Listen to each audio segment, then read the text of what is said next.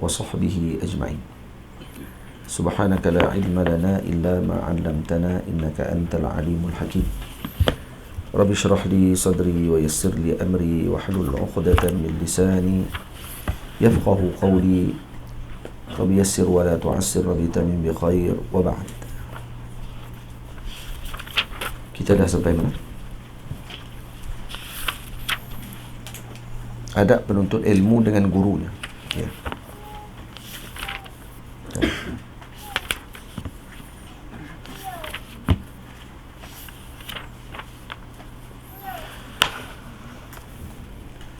Beradablah kamu wahai yang berakal kepada yang mengajarmu hingga kenal.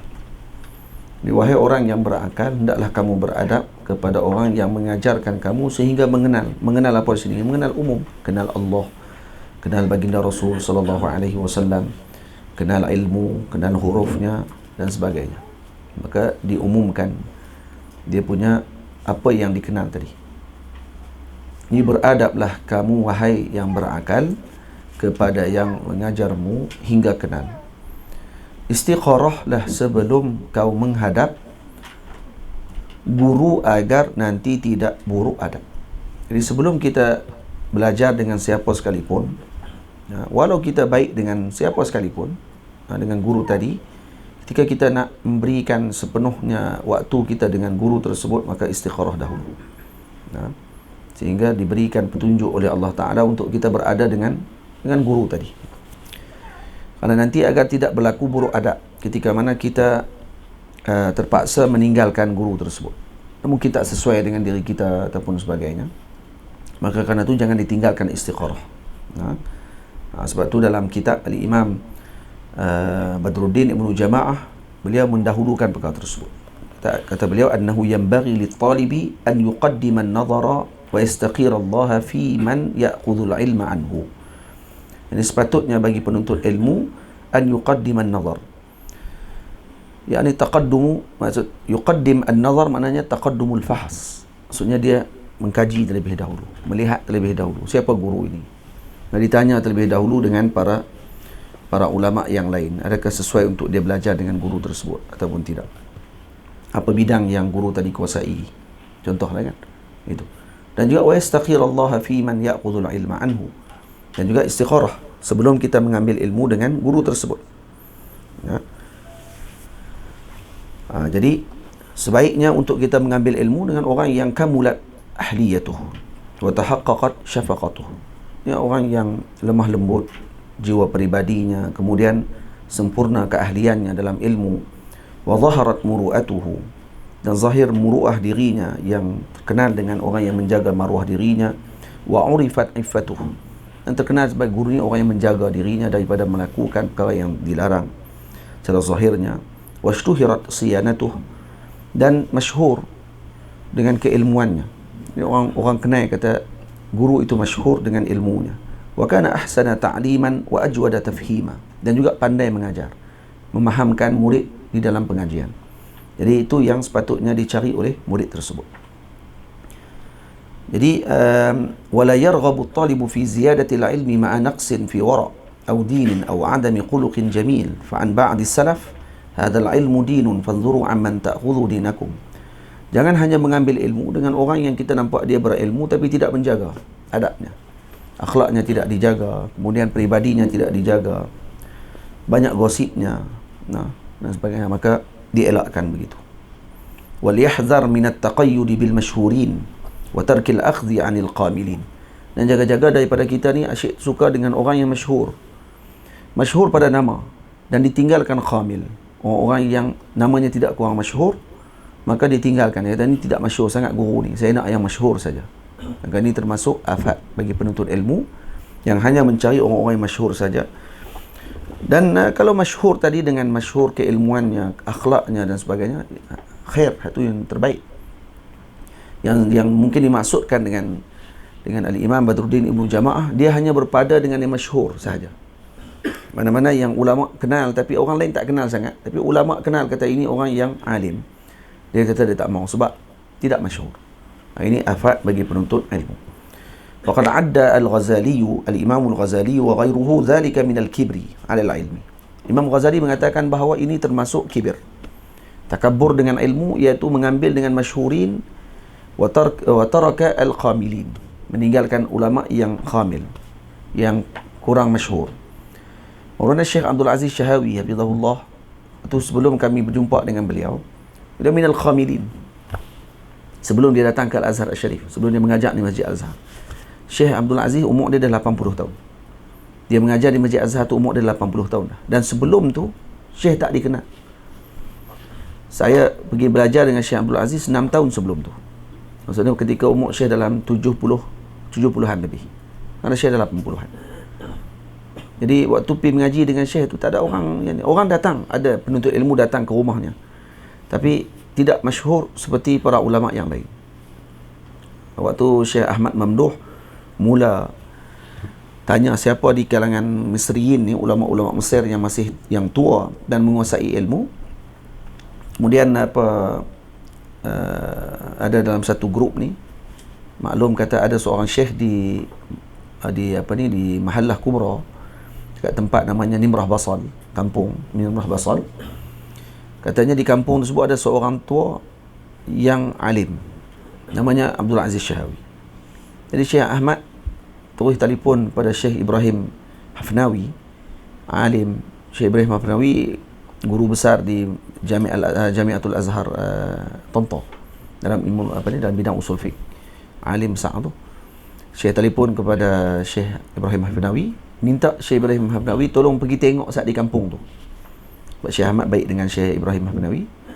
Terus Syekh Ibrahim Hafnawi dalam 3-4 hari selepas tu telefon balik, kata dia dah pergi dah ke kampung Nimrah Basal. Dan dia jumpa dah dengan Syekh Abdul Aziz Syahawi. Dan dia bersembang dengan Syekh Abdul Aziz Syahawi. Dan dia pun bagi tahu kat Syekh Ahmad Mamduh boleh pergi mengaji dekat dia. Ni orang alim. Ini cara macam mana orang alim nak tahu kata ni alim ke tidak. Sebab dia tak dikenal. Jadi Syekh Ibrahim tak tahu, dia pergi sembang pun tak tahu lah. Yang boleh tahu kata ni alim tak alim ni, pergi sembang, sungguh alim ini. Terus telefon Syekh Ahmad bagi tahu kata ini orang alim, kena ambil manfaat dengan dia. Terus Syekh Ahmad pun bawa saya pergi setiap hari Sabtu. Hari pertama pergi tu pergi bincang dulu, pergi sembang dengan Syekh, tanya apa dia makruah Syekh, siapa guru Syekh.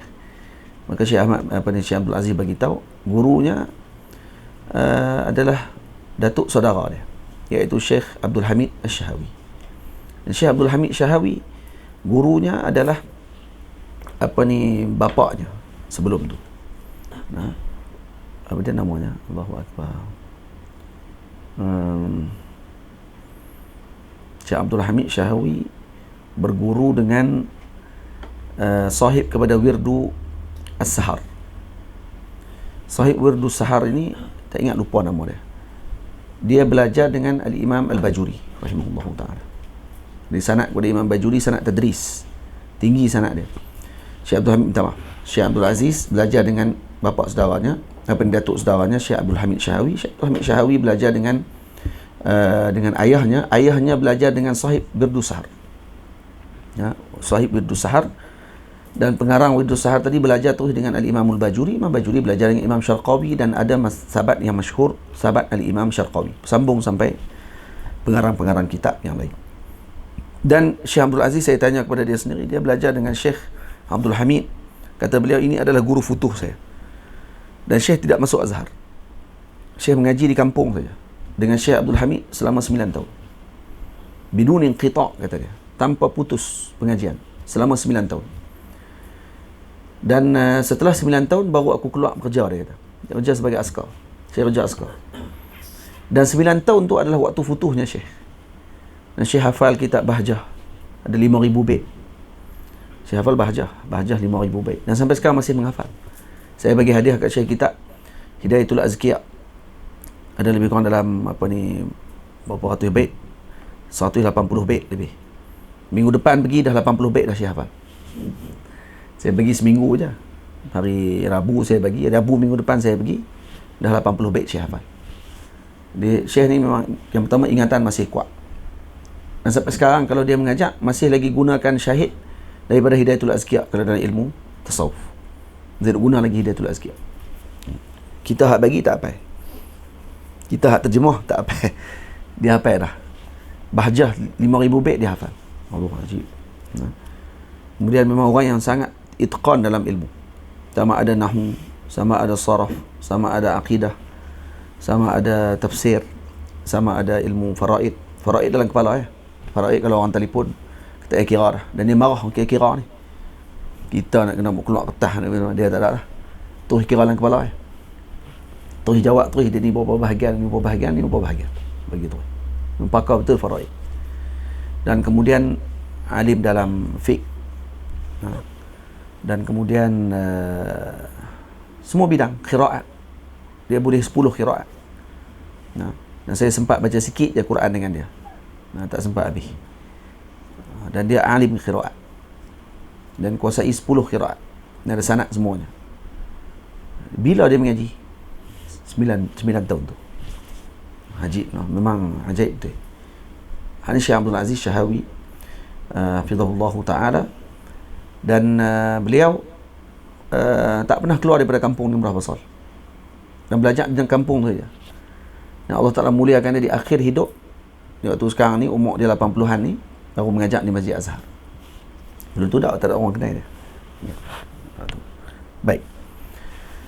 Kemudian itu cara dia, belajar dengan yang kumul, hatta yang kumul sekalipun. Jadi Imam Ghazali mengatakan bahawa orang yang belajar yang bukan dengan guru yang dia hanya nak mengaji dengan orang yang masyhur sahaja, tidak mau dengan yang kumul, maka ini termasuk kibir, takabur, wa ja'alahu 'ainal hamaqah. Dan Imam Ghazali kata ini termasuk kebodohan yang nyata. Ini yang bodohnya. Dan kemudian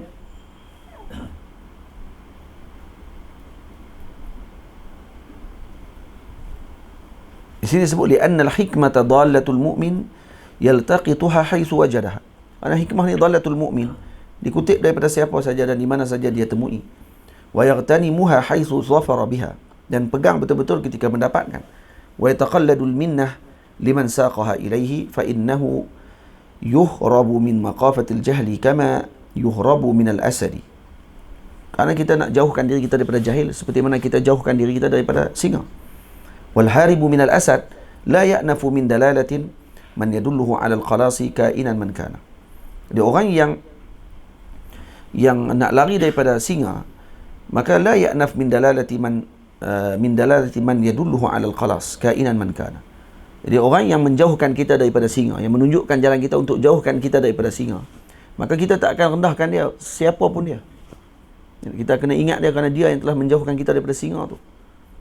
Misal kepada jahil, siapa pun yang tunjukkan kita untuk elakkan kita daripada kejahilan, kena muliakan orang tersebut. Kainan man kana, siapa sekalipun orang tersebut. Apa? Jadi sebab tu tengok kadang-kadang ada penuntut ilmu yang baru jumpa seorang dua orang syekh yang dia baru nak mengaji, dia lupa dengan guru-guru dia yang mengajak dulu di sekolah. Ini ajib. Ini hadza ainul hamaqah.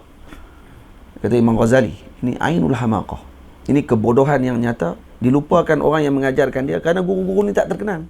Macam yang dia jumpa tu, kata dia terkenal sangat tu, pun tak terkenal pun. Kan? Contoh lah kan, contoh dia rasa orang ni orang yang terkenal sungguh ni dia jumpa ni. Tak sama macam guru yang dia jumpa tu, yang dia duduk mengaji ni. Maka akhirnya ditinggalkan gurunya, dipermainkan gurunya. Malah kadang-kadang saya tengok sedih, kadang-kadang ada sebahagian orang komen dekat guru-gurunya pun dah main-main dah. Kalau di Mesir ada macam tu.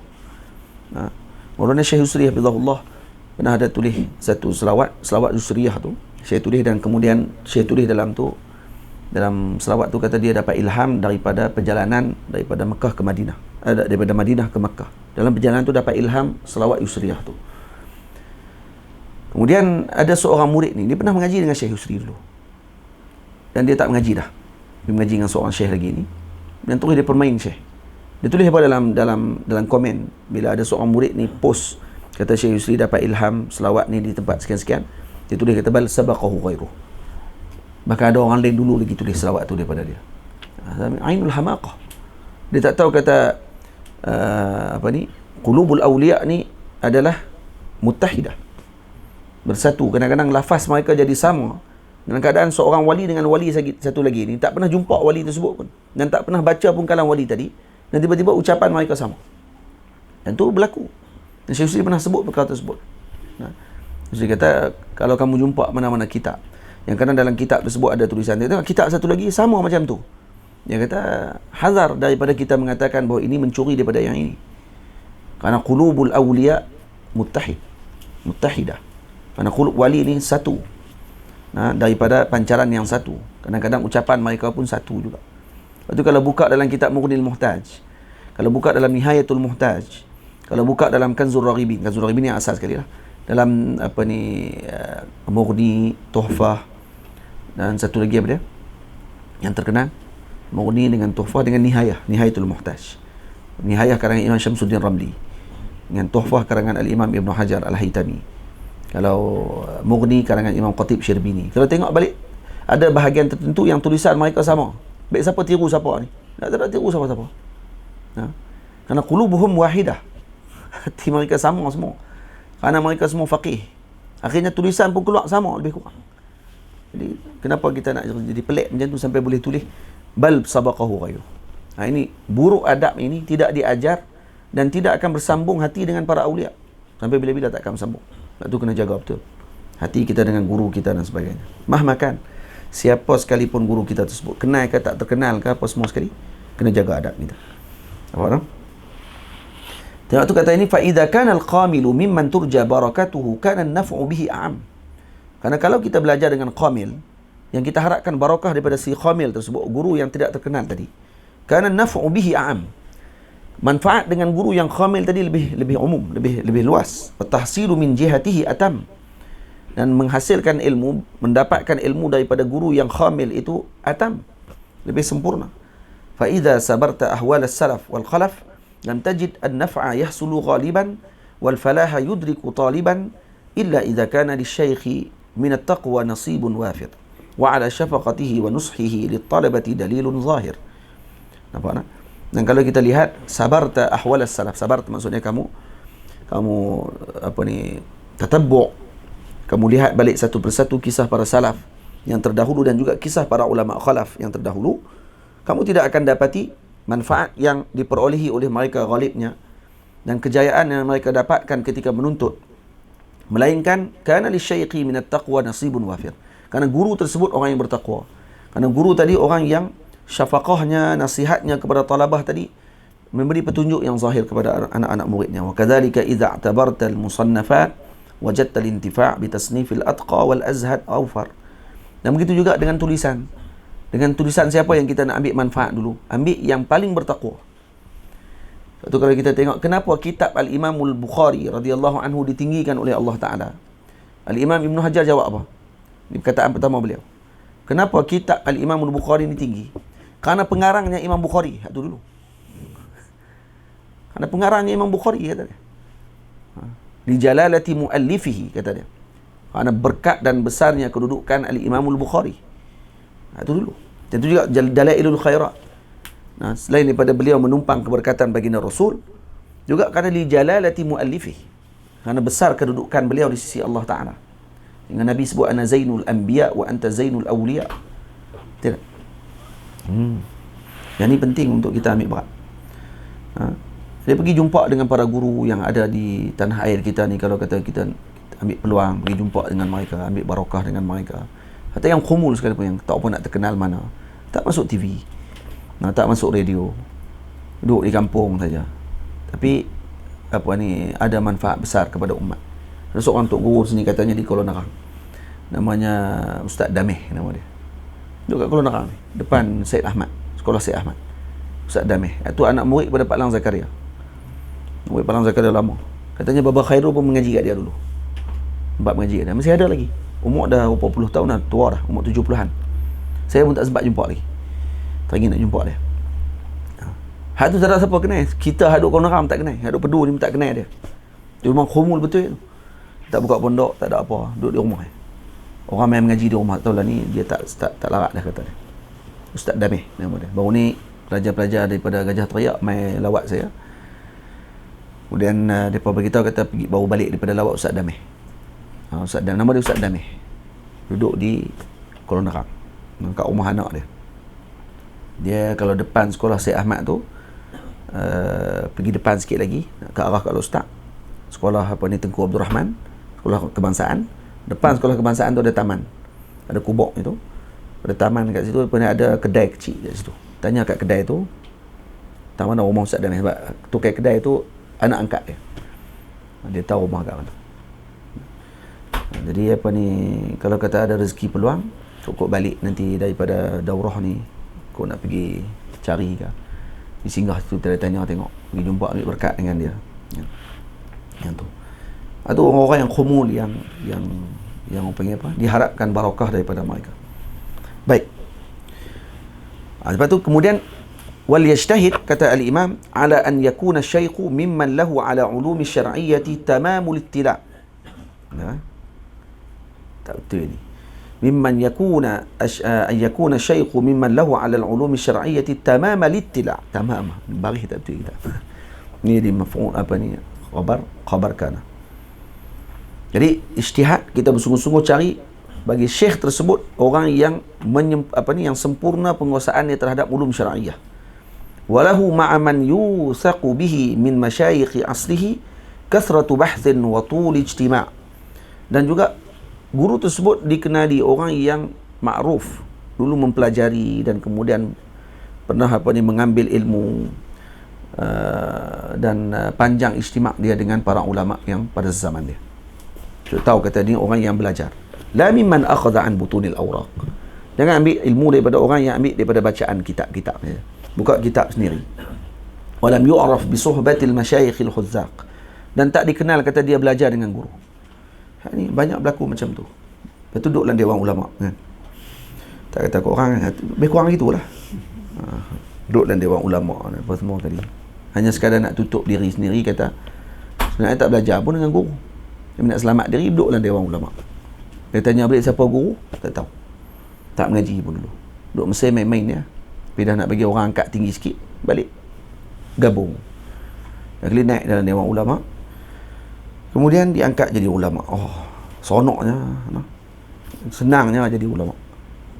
Hanya kerana bergabung dengan parti politik, kemudian jadi ada pangkat sikit dalam dewan ulama.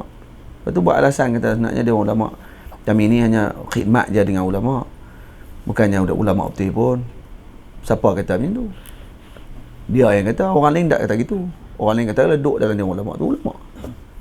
Tidak. Saya bukan nak hina institusi tu, tidak. Tapi orang yang duduk dalam tu tak sedar diri. Tak sedar diri, dan kemudian bila dah diletakkan di tempat tersebut, dah dia lupa diri dah. Dia ingat dia pun ulama besar ni. Faham tak? Ni siapa-siapa yang kata kat dia waktu tu, kira mengata kepada ulama. Tu ajaib betul. Ni zaman lah, ni zaman keajaiban yang banyak. Yang Nabi sebut tu betul lah. Waktu di Mesir cukup marah kalau kata ada pertubuhan yang berjenamakan Islam. Cukup marah dia. Kenapa? Kerana dimainkan macam tu. Yang tak selayaknya duduk di tempat tersebut. Dan tak sepatutnya duduk di tempat tu, pergi duduk tempat tu. Itu yang kita marahnya. Kalau betul yang ulama duduk di tempat tu, tu memang tempat dia. Betul lah. Yang tak betul itu banyak, tu yang kita marah tu. Jadi orang pun pakat salam cium tangan juga Pak Long tu pun. Haram tak ulama pun duduk kat Mesir dulu ni, alamak terlepas subuh kan. Tu je kerja dia. Tu dia pemarah kat saya tu. Dia pemarah kat Ruak Jawi ke tu lah. Kan kita kata umum, hak berasa hati makan cabai dia lah terasa pedas dia. Kalau hang dah betul yang ulama, nak berasa hati buat apa? Tidak. Jual mah terus jadi ketua dewan ulama. Hak tu je. Qala Syafi'i radhiyallahu anhu. Siapa dia? Tak tahu. Qala Syafi'i radhiyallahu anhu, man tafaqqa, ni tak keluar. Ini rakaman di sini saja. Man tafaqqaha bin butunil kutub dayya al-ahkam. Sesiapa yang tafaqquh daripada butunil kutub, daripada batinnya kitab sahaja, dayya al-ahkam, maka dia akan banyak hukum hakam yang tidak akan gugur, akan terjatuh. Kenapa? Kerana dia terlepas banyak perkara. Wa kana ba'duhum yaqul min a'zamil baliyah tamashyukh as-sahifah. Tamashyukh as-sahifah. Maksudnya di antara a'zam baliyah, perkara yang paling berat sekali dia punya balaknya dalam dunia ini adalah menjadikan orang-orang yang membaca buku sendiri sebagai syekh. Dan lebih berat daripada itu lagi, perkataan ni perkataan yang ajib betul. Tamashyukhus sahifah. Sahifah ni satu helai kertas. boleh panggil. Iaitu menjadikan orang yang ada sijil satu helai kertas tu, itu dijadikan syekh. Mengaji tak pun. Tapi balik Azhar, dapat sijil, tulis atas tu jayyid jiddan. Jayyid. Makbul ke apa, tak kira lah. Rasid tak dapat tu. Nah. Kemudian apa ni, mumtaz. Tu balik sijil tu ya. Duduk di Mesir mengaji pun tidak. Jumpa dengan masyaikh pun tidak. Hanya sekadar dengan sijil yang dapat satu tu. Tamasyukh as-sahifah. Sama juga hukumnya. Ha? Walaupun di sini Syekh terjemahkan minta maaf, bukan sahifah, sahafiyah. Nah, tamasyukhu as-sahafiyah, ai alladhina ta'allamu min as-suhuf. Satulah. Salah satu daripada bahasa maksud bagi sahafiyah ni adalah orang yang belajar daripada suhuf. Juga boleh kalau kita letakkan sahafiyah ni, maksudnya orang yang hanya pegang dengan dia punya lembaran kertas yang satu tu, untuk jadikan dia bahawa orang yang dijadikan panduan pada zaman dia. Itu kena jaga elok. Ngaji ni kena ada guru. Baik. Usahalah cari guru yang mulia, akhlak serta zahir batinnya dijaga. Itu yang kita baca dah tadi. Menguasai ilmu yang diajarkannya, terkenal kefahamannya luar biasa. Yang tadi pun disebut juga dalam satu perbahasan tadi saja. Yang kita tahu kata dia menguasai ilmu dan juga yang terkenal kefahamannya luar biasa. Jangan hanya masyhur di pandangan mata, hakikat kosong hakikat kosong pandai bicara saja. Jangan hanya yang masyhur saja di pandangan mata kita. Hakikatnya ia kosong, hanya pandai berbicara saja, pandai berceramah saja, tapi hakikatnya kosong, tidak tahu apa-apa. Nampak tak? Rendahkanlah dirimu di depan guru, itu kejayaan sebenar buatmu. Ini kejayaan bagi murid ketika dia merendahkan dirinya di depan gurunya. Itu yang sepatutnya dilakukan oleh murid tersebut. Jadi bahasa lain bagi maksud ini, iaitu dengan ta'ati syekh, mentaati dan tunduk dengan arahan gurunya. Dan jangan keluar daripada tadbir dan juga pandangan daripada gurunya. Jadi la yakhruj an ra'yihi wa tadbirih. Talib tidak boleh keluar daripada tadbir gurunya. Guru letakkan macam tu, kena ikut. Bal yakunu ma'ahu kal marid ma'at tabibil mahir. Jadikan diri dia seperti seorang pesakit yang di depan tabib yang mahir. Seorang doktor yang pakar. Doktor pakar dia akan beritahu, makan ubat ni sehari 3 kali. Ikut. Dia kata apa dah? Macam tu seorang murid dengan gurunya. Guru yang macam mana ni? Yang ni yang dimaksudkan di sini pembinaan guru murabbi. Mana ada guru yang dipanggil guru barakah dan ada guru dipanggil guru murabbi. Fa yushawiruhu fi ma yaqsiduh. Dan musyawarah dengan gurunya dengan apa yang dia inginkan. Dan yataharra ridahu fi ma ya'tamiluh. Dan mencari redha gurunya dalam apa yang dia pegang. Wa yubalighu fi hurmatihi. Dan bersungguh-sungguh dalam menghormati gurunya, memuliakan gurunya. Wa yataqarrabu ila Allah bikhidmatihi. Dan juga menganggap bahawa ini adalah pendekatan dirinya kepada Allah dengan khidmat kepada gurunya.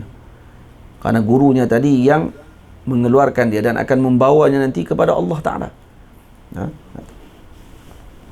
Jadi, dan ketahui kata di sini, wa ya'lam kata Syekh, anna zullahu li syaykhihi izzun. Itu saya sebut ni. Rendahkanlah dirimu di depan guru, itu kejayaan sebenar buatmu. Imam Badruddin Ibnu Jamaah kata apa? Anna zullahu, kehinaannya di depan gurunya, izzun, itu kemuliaan sebenarnya. Kita nampak murid duduk depan guru, dia tunduk hormat, salam cium tangan, kemudian tak makan lagi guru, dia tak makan, basuh tangan guru dia dan sebagainya, macam-macam buat, urut kaki untuk guru. Laki dengan laki lah maksudnya, bukan perempuan main duk urut untuk guru pula tu. Jengkleng kan, jam untuk guru pun. Ada yang macam tu sampai berlebihan pun ada juga, sampai tak ada had. Perempuan pun gagah juga nak main, sampai tak ada had dah, kata ini laki apa ni, sama ada tua ataupun muda sekalipun, kata guru dah tua dah, kami ni macam cucu-cucu dah. Kita senang lah sebut.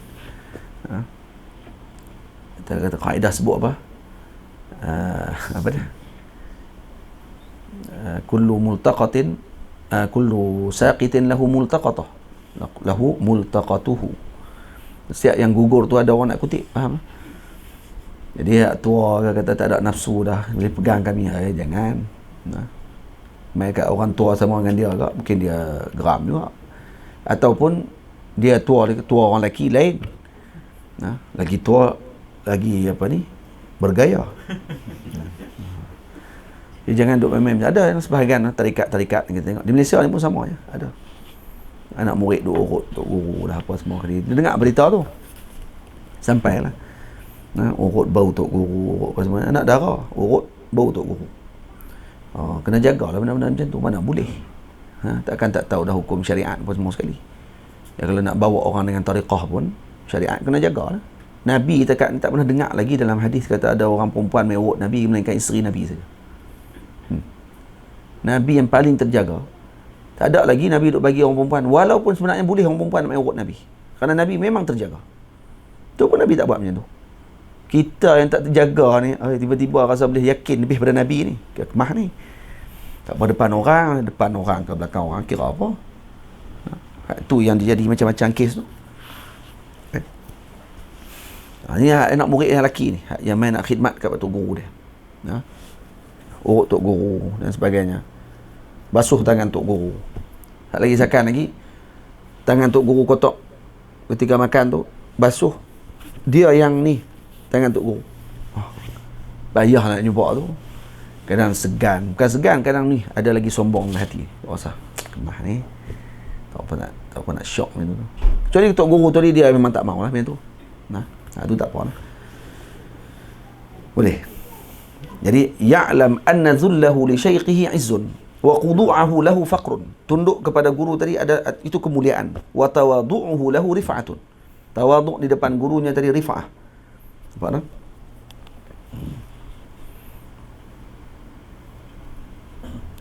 Jadi itu Allahumma salli ala Sayyidina Muhammad yang dilakukan oleh para ulama. Hatta al-Imam Sayyidina Ibnu Abbas radhiyallahu anhu ma'a jalalatihi wa baitihi wa martabatihi, kedudukan beliau sebagai ahli keluarga Rasulullah sallallahu alaihi wasallam pun begitu, beliau mengambil rikabi Zaid bin Thabit al-Ansari. Sayyidina Zaid bin Thabit al-Ansari dipegang tali tekang kuda Sayyidina Zaid oleh Sayyidina Ibnu Abbas. Dan kemudian ketika dibuat macam tu, Sayyidina Zaid tak senang. Karena kamu kamu keluarga Rasulullah sallallahu alaihi wasallam. Kamu ni orang alim dan sebagainya. Walaupun dia lebih muda daripada Sayyidina Zaid, maka kata Sayyidina Ibnu Abbas, hakadha umirna an naf'ala bi ulama'ina. Ini yang diarahkan kami untuk melakukan kepada para ulama kami. Imam Ahmad bin Hanbal pernah sebut kepada Imam Khalaf al-Ahmar, ulama lughah, la aq'udu illa baina yadayk. Umirna an natawada'a liman nata'allam minhu. Jadi aku tidak akan duduk melainkan di depan kamu, wahai tuan guru. Karena kami diarahkan untuk tawaduk dengan siapa yang kami belajar dengan dia. Walaupun waktu itu Imam Ahmad dah tinggi kedudukan daripada waktu tersebut. Ini guru saya kena duduk duduk di depan guru saya tadi dengan penuh tawaduk. Karena hada umirna. Umirna an natawada' liman nata'allam minhu. Sebab tu kata Imam Ghazali, la yunalul ilmu illa bitawadu'i wa ilqa'is sam'i. Tidak akan mendapatkan ilmu melainkan dengan tawaduk dan ilqa' as-sam'. Maksud memberikan perhatian.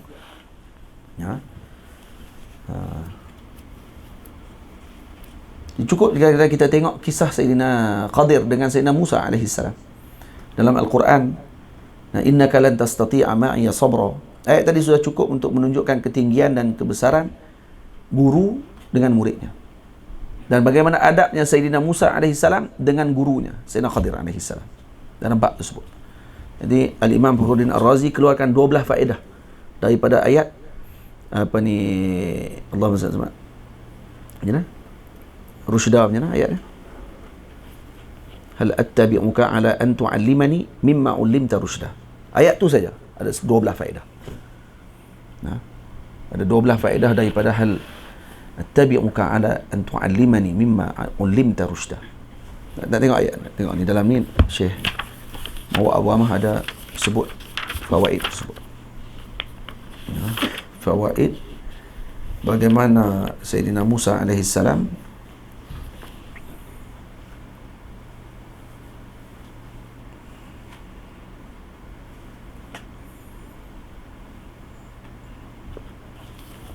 228.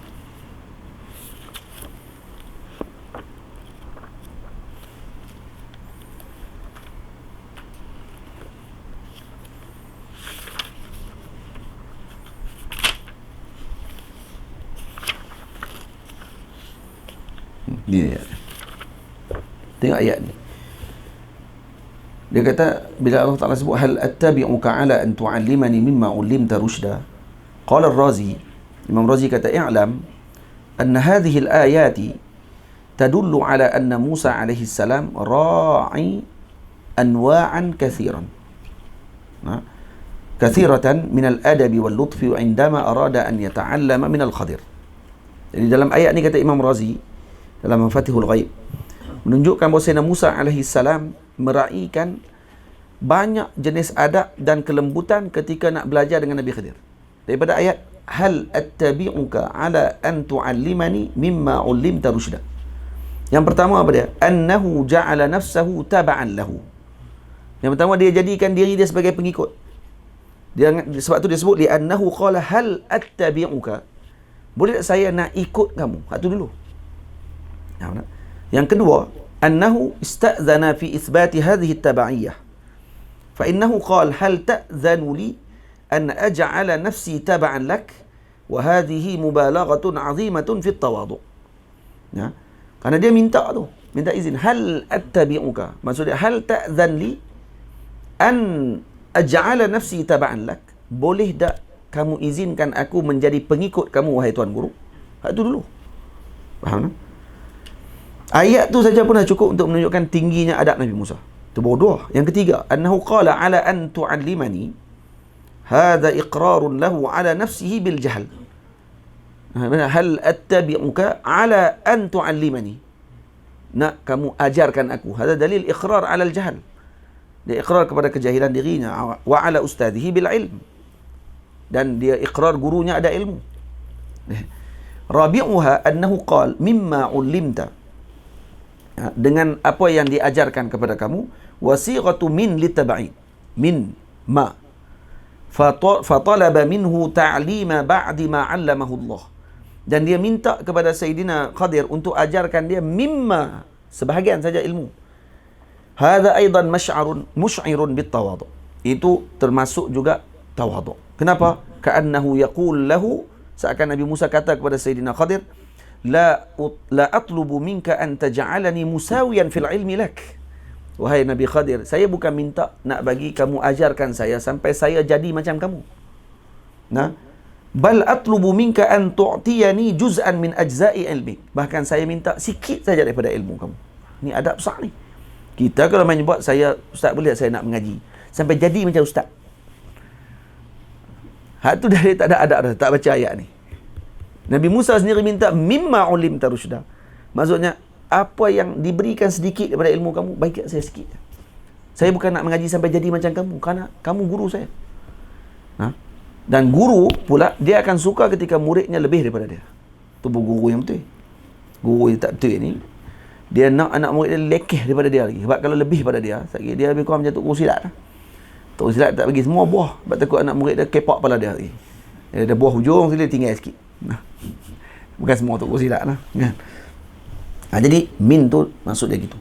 Bal atlubu minka an tu'tiyani juz'an min ajza'i ilmik kama yatlubu al-faqir min al-ghani an yadfa'a ilaihi juz'an min ajza'i malih. Seperti orang yang miskin, fakir minta kepada orang yang kaya untuk bagi juz' min malih. Dia bukan minta semua harta dia. Boleh tak bagi saya sikit daripada duit tuan? Pada saya nak makan apa semua. Boleh tak tuan bagi kat saya semua duit tuan? Saya pun nak kaya macam tuan juga. Tak ada orang tak nak bagi ya. Macam tu lah lebih kurang. Qamisuha, yang kelima apa dia? Annahu qala mimma 'ullimta. Perkataan mimma 'ullimta tadi dia i'tirafun bi anna Allah 'allamahu dzalikal ilm. Ini i'tiraf bahawa Allah yang mengajarkan kepada Nabi Khidir ilmunya tersebut. Yang keenam, annahu qawluhu rusyda talabun minhu lil irsyadi wal hidayah.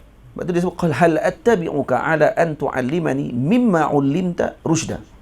Jadi yang diminta pada waktu tu petunjuk, hidayah, bukan mimma 'ullimta yang diajarkan kepada kamu apa saja ilmu. Tak, ilmu yang bagi jadi petunjuk kepada saya. Wal irsyadu, Ha? Huwal amru alladhi law lam yahsul lahasalat al-ghawayah wad-dhalal. Karena rusyd tadi yang dimaksudkan tadi ni, kalau kata tidak mendapatkan rusyd, maka hasilnya nanti akan mendapatkan kesesatan. Itu, wahai Nabi Khidir, wahai Tuan Guru, boleh tak ajarkan saya ilmu yang, sebahagian ilmu yang Allah Ta'ala berikan kepada kamu, yang menjadi petunjuk kepada saya. Itu yang diminta. Sabi'uha anna qawlahu tu'allimani mimma ulimta. Hal attabi'uka ala an tu'allimani mimma ulimta, ma'nahu annahu talaba minhu an yu'amilahu bimisli ma'amalahu Allah bih. Mimma ulimta bihi, maksud yang mana diajarkan oleh Allah kepada kamu, maka ajarkan juga kepada aku seperti mana Allah bermuamalah denganmu. Gitu. Wa fihi isy'arun bi annahu yakunu in'amuka alayya inda hadha at-ta'lim shabihan bi in'ami Allah ta'ala alayka fi hadha at-ta'lim. Wa li hadha al-ma'na qila ana 'abdun man ta'allamtu minhu harfa. Makna, jadi ini seolah-olah isy'ar bi annahu yakunu in'amuka alayya inda hadha at-ta'lim shabihan bi in'ami Allah ta'ala alayka fi hadha at-ta'lim. Jadi seolah-olah macam apa ni, nak menunjukkan bahawa anugerah yang Allah Ta'ala bagi kepada saya ni inda hadha at-ta'lim, ketika mengajar ini, seakan-akan seperti mana anugerah Allah ke atas kamu dengan mengajarkan ini. Maksud gitu. Oleh hadzal ma'na qila ana abdu man ta'allamtu minhu harfa. Saya adalah hamba kepada orang yang mengajarkan saya walaupun satu huruf. Thaminuha anna al-mutaba'ata ibaratun 'anil ityan bimithli fi'lil ghair. Wa hal attabi'uka. Perkataan ittiba' maksud dia apa? Ityan bimithli fi'lil ghair. Yakni mendatangi, melakukan perbuatan seperti yang dilakukan oleh orang tersebut. Li ajli kaunihi fi'lan li dzalikal ghair. Jadi kerana perbuatan tersebut perbuatan daripada orang lain. Contoh dia, diberi contoh. Fa inna idza qulna la ilaha illallah, kalau kita sebut la ilaha illallah, contohnya, fal yahudul ladzina kanu qablana kanu yadhkuruna hadhihi al-kalimah. Kalau kita sebut la ilaha illallah, Yahudi sebelum kita pun sebut la ilaha illallah. Fala yajibu kaununa muttabi'ina lahum fi dhikri hadhihi al-kalimah. Dan tidak wajib bagi kita untuk mengikuti mereka dengan menyebut kalimah ini. Lianna la naqulu hadhihi al-kalimah li ajli annahum qaluha. Kerana kita bukan sebut kerana mereka sebut. Wa inna ma naquluha li qiyamid dalil ala annahu yajibu dhikruha. Tapi kita sebut perkataan la ilaha illallah kerana ada dalil yang menunjukkan bahawa wajib kita menyebut la ilaha illallah. Amma idza ataina bi hadhihi as-salawatil khamsi ala muwafaqati fi'lir Rasul sallallahu alaihi wasallam. Tapi kalau kita buat selawat solat 5 waktu dengan kita muwafaqah perbuatan Rasulullah sallallahu alaihi wasallam, fa inna ma ataina biha, kita melakukan solat 5 waktu tadi li ajli annahu alaihi salam ata biha. Kita buat kerana Nabi buat. Faham? La jarama kunna muttabi'ina fi fi'li hadhihi salawati li Rasulillah sallallahu alaihi wasallam. Maka sudah tentu masukkan sini adalah kita mengikuti perbuatan Nabi. Sebab tu apa maksud tadi? Maksud mutaba'ah apa dia? Al-ityan bimithli fi'lil ghair li ajli kaunihi fi'lan li dzalikal ghair. Penting ni perkataan mutaba'ah tu. Mutaba'ah maksud dia apa dia? Saya melakukan perbuatan yang dilakukan oleh orang lain kerana orang tu buat perbuatan tu. Itu baru mutaba'ah. Jadi kalau orang duk katakan, ni apa ni ustaz pakai tasbih dekat tengkok. Ni dalil kata bodoh ni buat Wahabi ni.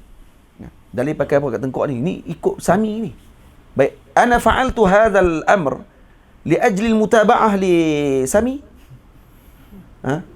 La. Kerana Sami buat, saya pun buat, saya ikut dia. Tak, saya buat kerana saya buat yang dibuat oleh Imam Abdul Wahab Sya'rani. Saya buat tadi ni. Contoh macam tadi, Yahudi tadi baca la ilaha illallah juga. Kita buat kerana Yahudi baca la ilaha illallah. La, bukan kerana Yahudi baca la ilaha illallah. Tapi kerana Nabi sebut la ilaha illallah, baik saya baca kerana Nabi sebut la ilaha illallah. Jadi apa maksud dia? Saya ikut Nabi. Lepas tu apa maksud mutaba'ah? Maksud mutaba'ah al-ityan bimithli fi'lil ghair li ajli kaunihi fi'lan li dzalikal ghair. Ingat yang tu elok-elok. Tulis. Awak tak tulis? Apa maksud mutaba'ah? Mutaba'ah maknanya al-ityan bimithli fi'lil ghair. Al-ityan bimithli fi'lil ghair li ajli kaunihi fi'lan li dzalikal ghair. Kalau faham yang ni saja, perkataan mutaba'ah ni faham yang ni saja, cukup dah. Boleh tolak dah semua apa Wahabi duk kata ni ikut golongan apa ni musyrikin. Ni ikut Gaza macam tu lah. Jangan pakai tai. Pakai tai kenapa pakai tai? Kerana ikut barat pakai tai? Kerana kemah. Kalau saya pakai kerana kemah, saya bukan buat kerana dia buat. Kerana dah jadi alami. Pakaian tersebut pakaian alami dah, pakaian universal. Orang semua pakai. Dan pakaian tersebut pula menunjukkan kekemasan. Dan Nabi suka dengan kekemasan. Saya pakai tadi kerana Nabi suka kemah. Jadi saya buat kerana Nabi. Ya, walaupun Nabi tak pakai tai, tapi pun termasuk mutabaah dengan apa dia? Dengan amrin Nabi sallallahu alaihi wasallam. Faham tak? Tapi kalau mutabaah yang betulnya ityan bi fi'lil ghair bimithli fi'lil ghair li ajli kaunihi fi'lan li dzalikal ghair. Boleh nak? Nampak tak? Faham yang ni? Khair insya-Allah. Kitab Imam Fakhruddin Ar-Razi ni, sakan.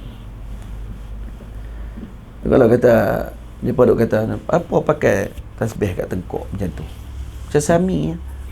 Tahu yang berak dalam jamban? Berak dalam jamban duduk tu.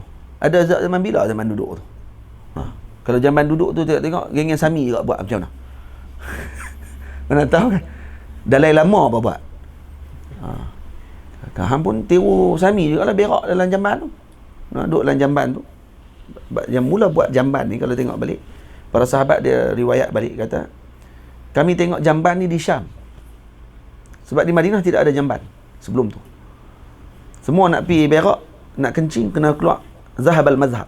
Dalam hadis Sunan Tirmizi, dalam Bukhari sebut, akan pergi tempat jauh sikit daripada Madinah, di hujung Madinah, berak di sana, kencing. Kan Sayyidina Aisyah pernah keluar kan, nak pergi kencing, nak buang air, tiba tersadung kaki, kemudian kata Ta'isa Mistah, kan, ibu kepada Sayyidina Mistah, kata Ta'isa Mistah, maksud celaka Mistah.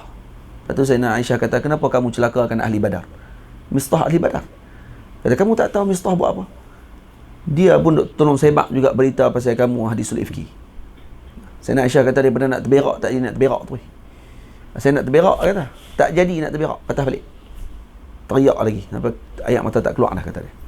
Sayyidina Aisyah sebut dalam hadis. Nabi tahu kata, sahabat dulu kalau nak berak, nak kencing, keluar daripada bumi Madinah, keluar sikit daripada kampungan Madinah di hujung bandar. Dan bila siapa yang mula tengok ada tempat tandas jamban apa semua ni? Syam.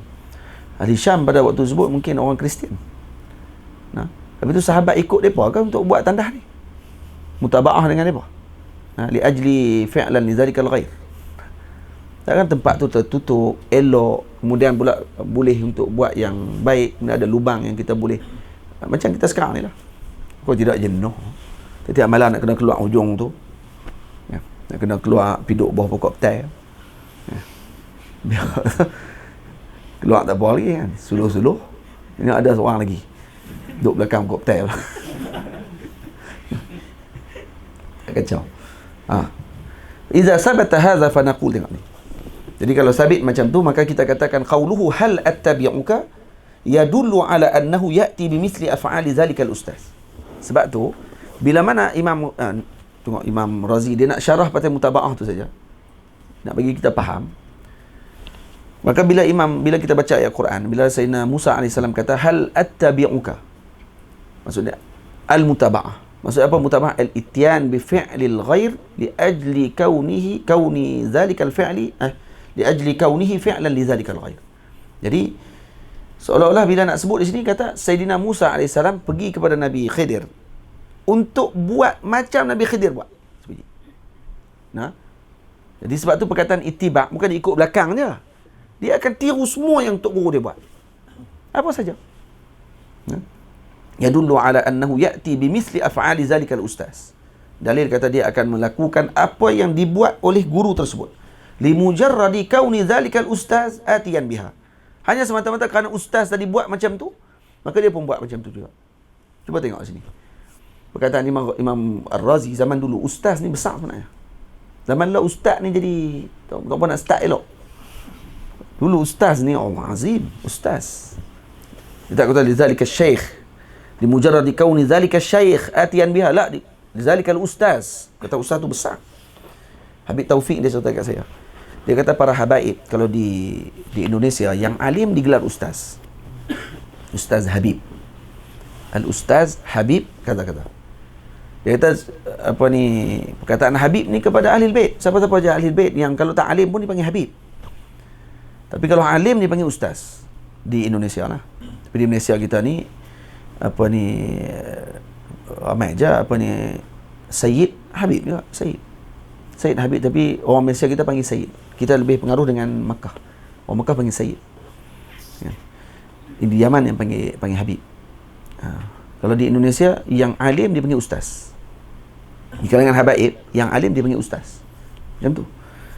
Jadi bukan lekeh-lekeh lah ustaz-ustaz pun. Kata ustaz tu bukan lekeh, tapi dilekehkan oleh masyarakat kita. Tambah kalau pergi Mesir lagi sekan. Hari ni baru ambil stam, esok terbang pergi Mesir, turun terbang terus ustaz. Semalam je baru pelajar lagi. Stam baru dapat ni. Azhar tak masuk lagi ni, nama tak naik lagi. Tapi boleh pergi dah. Kena masuk kuliah lurah, kena baru masuk kuliah markah bahasa baru.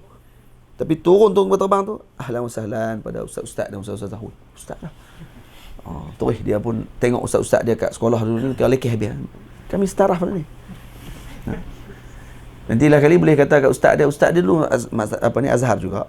Kan? Ustaz dia dulu Azhar juga, ada mengajar di sekolah dulu ni.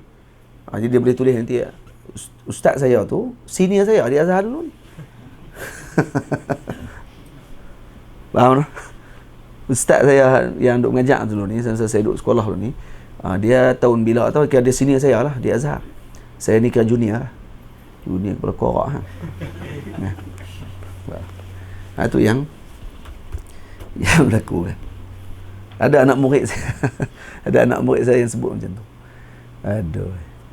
Dia boleh tulis dalam Facebook. Dia boleh tulis kata Ustaz Nazrul ni senior saya lah, dia Mesir. Saya mengajak dia dulu di sekolah. Lepas tu dia mai ke Mesir, duduk Ustaz dia pun tak habis. Dia boleh tulis kata dia ni Ustaz Nazrul ni senior saya lah. Senior. Mabruk. Dia panggil senior dengan junior ya. Oh, hebat ni budak-budak ni. Kemah. Baik, wa hadha yadullu ala anna al-muta'allim yajibu alayhi fi awwal al-amri at-taslimu wa tarkul munaza'ati wal i'tirab.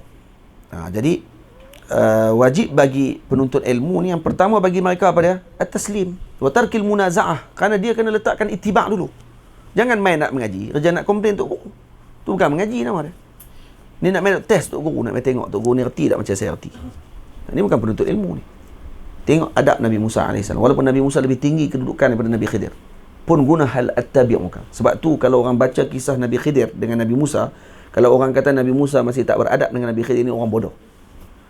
Maknanya daripada perkataan awal Nabi Musa sebut tu dah tahu dah Nabi Musa ni adalah Nabi Allah Ta'ala. Dan mustahil Nabi-Nabi Allah Ta'ala ni orang yang tidak beradab. Semuanya beradab. Tasi'uha anna qawlahu attabi'uka yadullu ala talabi mutaba'atihi mutlaqan fi jami'il umur ghairu muqayyadin bi syai'in duna syai'. Bila sebut hal attabi'uka fi kaza, sebut tak? Hal attabi'uka ala an tu'allimani. Disebutkan umum, maknanya Nabi Musa telah meletakkan seluruh pengikutan tadi dalam apa sahaja yang dilakukan oleh Nabi Khidir, dia akan ikut. Itu katanya.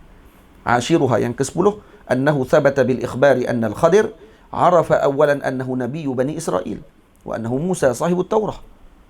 Yang pertama nak diketahui bahawa Nabi Khidir tahu dah ini Nabi Musa. Ini Nabi Bani Israel. Nabi yang diutuskan kitab. Ini bukan orang biasa ni. Wa huwa ar-rajul alladhi kallamahu Allah azza wa jal. Ini orang yang diberikan anugerah oleh Allah dengan bercakap dengan Allah Ta'ala. Min ghairi wasitah, tidak ada perantaraan. Wa qassahu bil mu'jizatil qahiratil bahirah. Thumma innahu alaihi salam ma'a hadhihi al-manasibil rafi'ah wa darajatil 'aliyatil syarifah ata bi hadhihi al-anwa' al-kathirah min at-tawadhu'. Nabi Khidir kenal Nabi Musa. Ini Nabi Allah Ta'ala, diutus kepada kaum yang besar.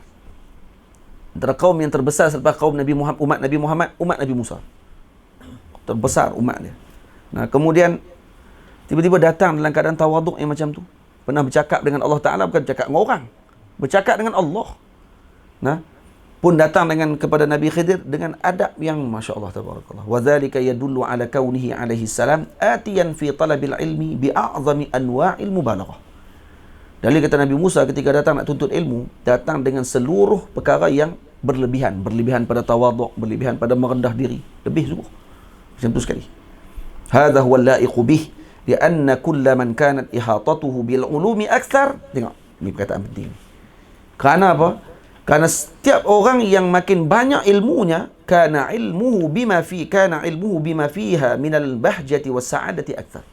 Maka dia akan lebih tahu keindahan, kebesaran ilmu tersebut lebih banyak lagi daripada tu. Nah, fakana talabuhu laha ashad, maka nak minta dengan perkara tersebut mesti lebih dengan segala perkara. Wa kana ta'zimuhu li arbabil ilmi akmal wa ashad. Orang yang ilmunya sempurna, maka dia akan tahu bahawa ilmu ini penuh dengan kemuliaan. Ketika dia nak tuntut ilmu tersebut, sudah tentu dia akan datang dengan penuh dan juga sungguh-sungguh mengharap untuk dapatkan ilmu. Kalau nak datang nak dapatkan ilmu macam tu kepada arbabil ulum, lebih lagi daripada tu. Dia akan datang kepada ahli ilmu dengan penuh tawaduk, penuh kerendahan. Baru dia akan dapatkan perkara tersebut. Ini dalil kata kamal ilm Sayyidina Musa AS. Faham tak? Wal hadi ashar annahu qala hal attabi'uka ala an tu'allimani fa athbata kaunuhu taba'an lahu awwalan thumma talaba thaniyan an yu'allimah. Sabit di sini hal attabi'uka. Yang pertama dia minta untuk jadi pengikut. Kemudian yang kedua talaba thaniyan an yu'allimah, baru diminta untuk mengaji. Dia tak minta. Nah, dia sebut di sini wa hadha minhu ibtida'u bil khidmah thumma fil martabati tsaniyah talaba minhu at-ta'lim. Dia minta khidmat dulu baru mengaji. Dia bukan minta main mengaji dulu. Sebab tu Nabi Musa tak kata hal allamani ataupun hal tu'allimani an attabi'aka. Tak. Hal attabi'uka ala an tu'allimani. Boleh tak saya ikut kamu, iaitu dengan makna khidmat. Saya ikut dengan kamu, saya khidmat dengan kamu, kemudian baru tu'allimani, baru ajarkan saya. Sebab tu kata ulama, ahli khidmat ini yang dimuliakan oleh Allah. Biasanya ahli khidmat yang akan mendapatkan kedudukan yang besar di sisi Allah Ta'ala, dibandingkan dengan hanya yang datang untuk belajar tidak mau khidmat. Boleh faham tak? Ini daripada dalil Quran. Wasani ashar, yang ke-12, yang terakhir, annahu qala hal attabi'uka ala an tu'allimani falam yatlub ala tilkal mutaba'ah ala ta'limi syai'an. Dia kata hal attabi'uka ala an tu'allimani. Dia tak minta sikit pun daripada mutaba'ah tadi sesuatu yang lain. Ka'annahu qala la atlubu minka ala hadhihi al-mutaba'ah al-mal wal jah. Saya bukan minta dengan ikutan saya, mutaba'ah saya dengan tuan guru, harta dan juga kedudukan. Wala gharada li illa talabul ilm. Tidak ada benda lain melainkan saya nak tuntut ilmu sahaja. Intaha kalami al-Imam al-Faqr al-Razi rahimahullah. Ini diambil, ini adab yang agung betul, no? 2 line cerita beradab dia saja daripada ayat hal attabi'uka ala an tu'allimani mimma ullimta rushda. Allah. Ni ada banyak lagi ni. Ni kalau baca hak ni, pakai tak baca lagi tak kita kan. Jadi dah tu sikit-sikit kan. Tanda. Baik, kemudian ikutilah pesan juga panduannya, jangan ingkar nanti buruk akibatnya. Rendahkanlah dirimu di depan guru, itu kejayaan sebenar buatmu. Ikutilah pesan juga panduannya, jangan ingkar nanti buruk akibatnya. Ikut panduan guru kita sebut. Jangan ingkar nanti buruk akibat yang kita akan perolehi ketika mana kita bercanggah dengan guru kita. Nampak tak? Baik.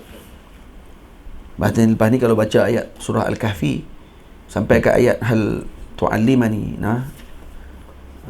hal attabi'uka ala an tu'allimani mimma 'ullimta rusyda tadi ni, maksudnya kita akan pandang dengan pandangan ihatah yang kamil. Apa makna ayat ni? Baca tu saja pun dah cukup dah. Kadang mengulang ayat tu je nak suruh bagi adab. Tadi saya baca kisah apa ni? Imam Shinqiti, Syekh Muhammad Amin Shinqiti. Ayat apa yang tadi dia baca tu? Ayat apa? Apa ni? Udkhulu Misra ke? Ihbitu Misra.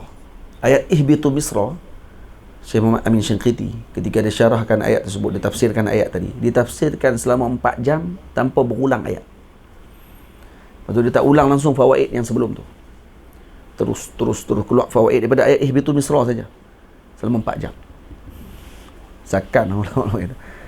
Macam Imam Fakhruddin Ar-Razi apa semua ni lah. Ya. Dan katanya kalau orang tanya dekat dia, Syekh Amin Syiqiti ni, kalau orang tanya dekat dia tentang lughah, sebab dia hafal Lisanul Arab. Lisanul Arab Ibn Manzur dia hafal terus. Apa Ibn Mansur? Sakan. Lepas tu kalau orang tanya dekat dia tentang lughah, lepas tu dia jawab la adri. Dia kata aku tak tahu. Kemudian dia sambung. Dia kata tak payah duk bahas lah. Tak payah duk carilah tu. Aku dah cari dah sebelum ni. Tak jumpa ayat tu. Maksudnya dia sebut tak tahu tu bukan dia tak tahu. Memang tak ada. Kalau orang tu tanya dan kemudian dia jawab tak tahu tu, tak tahu tu kan pelik lah bagi dia. La adri. Jawab ke la adri. Tapi dia beritahu ke orang tu tak perlu cari. Sebab aku dah cari teruk dah pada hang sebelum tu. Tak jumpa yang hang duk cari tu. Dekat tu ya dia kata. Sakan. Alim zaman dulu ni. Tapi Syekh Muhammad Amin Syiqiti ni dia fahaman dia ada sikit ke salafi tu. Dalam kitab dia Adabul Bahthi wal Munazarah, kitab dia. Bagus kitab tu, antara kitab yang diwasiatkan oleh para ulama untuk baca. Tapi belakang dia gunakan ilmu munazarah untuk pertahan Wahabi. Jadi kalau Wahabi pakai kitab dia tu kira kemah lah. Ada kitab dia, saya ada kitab dia. Kitab dia warna kuning ada kat situ. Kitab Adabul Bahthi wal Munazarah. Kemudian dia ada kitab tu, Muzakkirah fi Usulil Fiqh. Syekh Muhammad Amin Syiqiti. Alim kabir, mengajak di Masjidil Haram dengan Masjid Nabawi dulu. Baik. Tidak ada Wahabi biasanya bodoh, tapi kalau jumpa macam tu kira tu nadir lah. Wahabi kalau kata alim macam tu kira nadir lah. Ada tapi nadir. Jarang-jarang lah kalau jumpa macam tu. Kebanyakannya bodoh.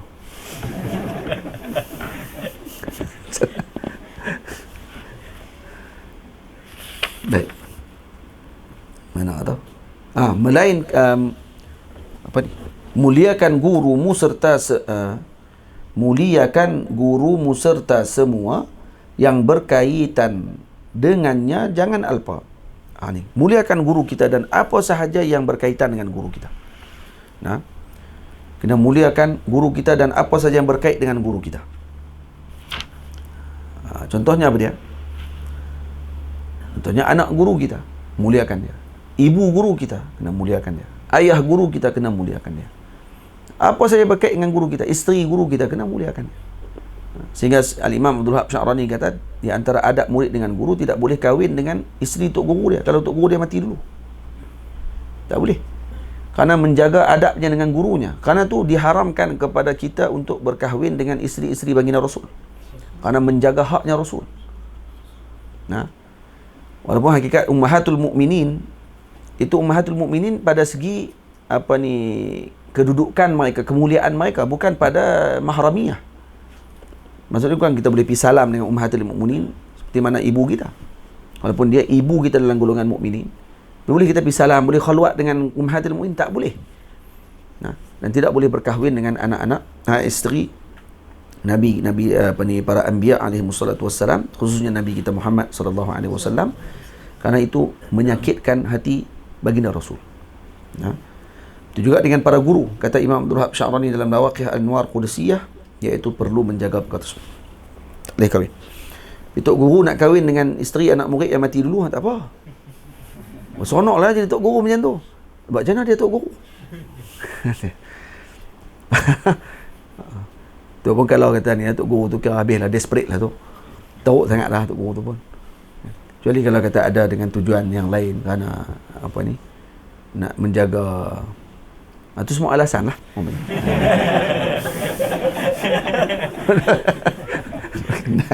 Tak nak pecah. Baik. Jadi tu antara adab kita dengan guru kita. Muliakan gurumu serta semua yang berkaitan dengannya, jangan alpa. Pandanglah gurumu dengan kemuliaan, buruk pandanganmu jatuh kehinaan. Itu kena memandang guru kita dengan ainul ijlal. Dia memandang guru kita dengan ijlal, an yanzurahu bi'ainil ijlal. Jadi memandang guru kita dengan pandangan yang agung. Itu sebahagian salaf. Dananya Al-Imam An-Nawawi rahimahullahu ta'ala, setiap kali nak pergi kepada guru dia, nak belajar, maka tasaddaqa bi syai'in. Maka beliau akan bersedekah. di dalam perjalanan. Dan dalam sedekah tu dia akan doa, Allahumma astur aiba syaikhi anni wa la tuzhib barakata ilmihi minni. Ya Allah, tutupkan aib guruku daripadaku dan janganlah engkau hilangkan barakah ilmunya daripadaku. Nampak tak? Itu doa Imam Nawawi ketika nak pergi bertemu dan juga belajar dengan para gurunya. Dia akan bagi sedekah di perjalanan, kemudian dia akan berdoa dengan doa tersebut. Ya, itu dalil kepada ijlal kepada gurunya. Dan dia tidak mau memandang gurunya dengan pandangan tahqir. Sebab tu dia doa macam tu. Sebab antara afat yang paling besar bagi penuntut ilmu ketika dia mula memandang gurunya seperti dia. Kerana guru dia macam dia juga, duduk dengan dia. Kadang-kadang lebih berat lagi kalau ketika dia rapat dengan guru. Dia akan tengok guru dia macam orang lain. Dia akan nampak guru dia, rupanya orang. Duk ingat malaikat sebelum ni. Orang duk tengok pada jauh. Orang tak duduk dekat dengan dia. Lepas tu yang paling dekat dengan guru kita siapa dia? Isteri dia. Isteri dia yang tahu semua kekurangan, kelebihan, dan sebagainya tu dikenal oleh orang yang paling rapat dengan dia. Lepas tu kalau isteri mampu jaga adab dia dengan suami dia, dalam keadaan dia tahu suami dia tadi banyak kekurangan dan sebagainya, ini hadza min ahlil jannah, ini ahli syurga ni. Dia tahu semua kekurangan apa pun, tapi tetap juga ijlal, ta'zimkan suami dan sebagainya.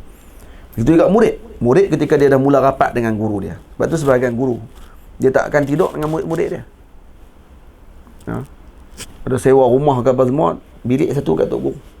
Dan anak murid kena faham benda tu, untuk jaga aib guru dia dan untuk jaga kedudukan gurunya. Sebab orang tengah tidur, dia boleh buat apa saja. Bukan boleh buat apa saja tu, bukan tok guru pergi rabat anak murid. Tu nak kena sepak lah kan. Dan tok guru tu lagi tidur pakai kain pelikat, tengok bangkit pergi esok kain pelikat duk atas kepala. Anak murid tu dia lebih kurangnya. Kerana buruk dah waktu tu, anak murid pun buruk tu, guru lagi buruk. Lepas tu tengah tidur terkentut dalam selimut ke mana nak tahu. Tok guru pun orang juga. Dia bukannya malaikat kentut wangi. Malaikat tak apalah tak kentut. Ni kita kentut. Perut kan. Tak akan mengigau kan. Tok guru mengigau, dia kata buruknya. Ya Allah. Tengok time mengajak tu, ya Allah, macam uliak kibar. Time dia mengigau, ya Allah. Letih kami. Tengok lawak pula tok guru kita itu. Sebab tu jaga aib guru kita, jangan duduk dengan dia. Kita tu asal tidur. Ni anak murid kita ramai kan. Ni duk pergi selalu ikut saya. Mereka faham dah. Bilik ni untuk ustaz. Seorang-seorang dia, tak duduk ramai macam tu. Jaga aib tok guru lah. Mana boleh duduk tengok semua benda yang ni. Boleh lah. Itu orang Bani Israel tak ada adab dengan guru mereka. Tak ada adab dengan Sayyidina Musa AS. Sampai mereka pun nak mandi sekali dengan Nabi Musa. Bani Israel boleh mandi telanjang ramai-ramai. Ini syariat mereka. Laki-laki dengan perempuan-perempuan lah. Dengan mandi laki dengan perempuan. Hak tu jadi pesta apa tu kan. Ini tak laki-laki perempuan-perempuan. Ini perempuan boleh mandi telanjang sama-sama mereka. Laki boleh mandi telanjang sama-sama. Ini syariat mereka. Syariat kita tak boleh. Ya. Jadi bila dah mandi ramai-ramai boleh macam tu dalam spa, dalam tempat mandi, dia pun terfikir, kenapa Nabi Musa tak pernah mandi dengan kita? Hampir macam tu pun fikir. Gila babi pok tu. Tapi bukan semua lah. Sebahagian yang fikir macam tu. Kata, kenapa dia tak mandi dengan kita? Pasal ada penyakit ni. Mungkin dia malu kot nak mandi dengan kita. Ada yang sebut macam-macam, kata telur besar lah apa semua ni. Masuk kataan. Adar kalau tak silap. Penyakit telur besar. Ya, tak? Akhirnya Nabi Musa satu hari mandi di Sungai Nil. Dan buang kain Nabi Musa AS letak atas batu. Batu tu lari tu. Ini dalil kata ulama boleh mandi tidak berpakaian. Dalam Sahih Bukhari, mandi tidak berpakaian hukumnya adalah harus. Mestikah mandi pakai kain pesan? Tak semestinya. Kalau seorang-seorang lah mandi. Dan Nabi Musa pun tengok kain tu, batu tu lari, bawa lari kain dia pula. Terus dia pun ligan layak teruk. Kan ligan nak randuk ayak tu. Naik terus atas tebing, ligan batu tu. Ligan batu tu lalu di depan orang-orang hak duk kata tu. Lepas tengok kata, tak ada masalah apa. Nampak? Dan akhirnya barulah batu tu lindung Nabi Musa. Nabi Musa pun ambil balik kain tadi dan tibai batu tu. Bawa lari kain dia. Tibai 12 kali tibai. Katanya ada 12 tapak tangan Nabi Musa atas batu tu. Punya kuatnya Nabi Musa. Tibai pang. Pada nak ambil kain kupang. 12 kali. Sampai berbekah batu tu. Sampai macam tu dia pun boleh pikat dengan Anbiya alaihi wassalatu wassalam. Kita pasal duk fikir lah benda tu sama aja. Lepas tu kalau duduk dalam bilik ayat, kalau orang tu tolak pintu, kita tengah duduk buang ayat apa semua, ahlan.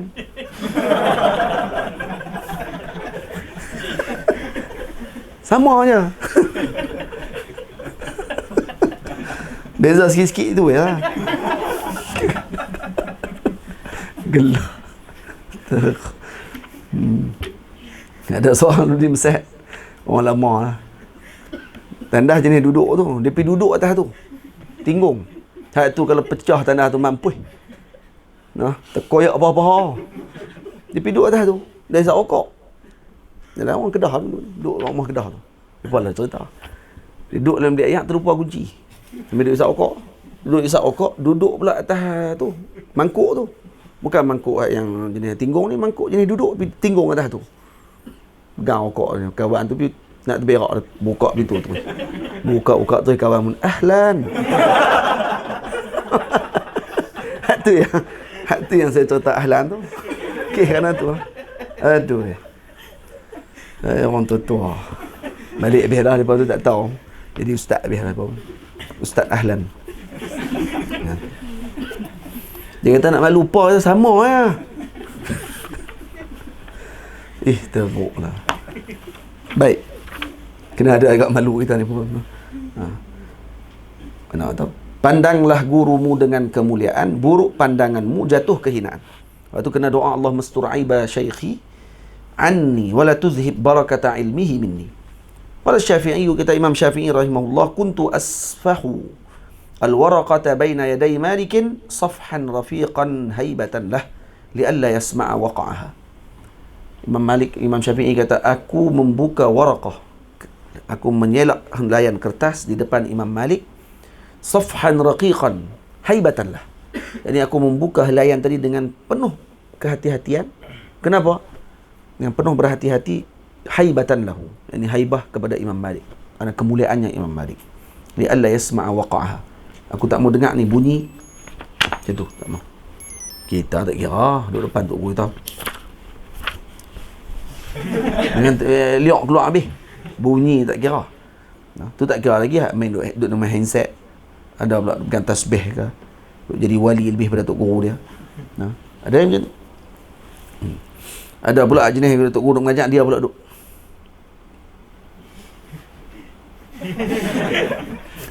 Ada jenis tu. Lepas tu duk. Jenis tu tak lama tu. Tak lama. Sak tu. Kena paku lagi. Terus duk di pokok apa tu. Dia pula dia jadi tok guru pula lah. Duduk dalam kelas tok guru, dia pula jadi tok guru. Duduk. Saya paling pantang dia orang tak tangan kat bau. Tak bau pula dah. Orang tak tangan kat ni, kat dagu. Janggut tak ada, duk main janggut. Duk. Dia nak buat apa tu, dia duk fikir. Betul ke ni? Macam tu lah lebih kurang dalam patah. Betul ke? Betul ke Arab tu? Tu nak kena spot tak lama tu. Yang jenis macam tu semua tempat tu kena mengaji adab. Banyak tempat saya pergi mengajak dekat pelajar, contoh Mak Tafiz lah. Budak-budak lagi. Dia budak lagi. Duduk depan duduk. Sekali tu ya. Lepas tu dia takkan duduk dah macam tu. Kalau dia duduk juga macam tu, lepas tu memang dia ni memang asyadul baladah. Memang dia bengong gila lah. Sebab dia memang kena paku betul ya lepas tu. Duduk apa macam tu kata. Awak hang kemah pada aku lagi. Yang boleh duduk macam tu. Lepas tu duduk. Takut. Dia kena macam tu je. Budak-budak kena macam tu. Saya pernah pergi satu tempat mengajak. Hari pertama pergi, kasut saya pun hilang. Tendang masuk dalam longkang-longkang habis. Keluar kasut kita tak ada. Tu hari pertama lah. Baca kitab menuntut. Masuk hari kedua, keluar tu susun kasut. Bukan kasut kita, kasut kawan-kawan dia pun susun habis. Punya beradab. Tu kadang kerana tak tahu. Bila tahu, tu hasil dia. Bila reti dan dia tahu nak beramal, dia akan reti macam mana nak buat. Baik, cukup sangat dulu. Kita berhenti sat untuk hari ini panjang pula kita, no? Malam ni kita baca banyak sikit, insya-Allah. Boleh balik rehat dulu. Kemudian makan. Pukul 8.30 kita kumpul. 8.30, no? 8.30 kita kumpul. Allahumma salli afdala salatin ala as'adil makhluk.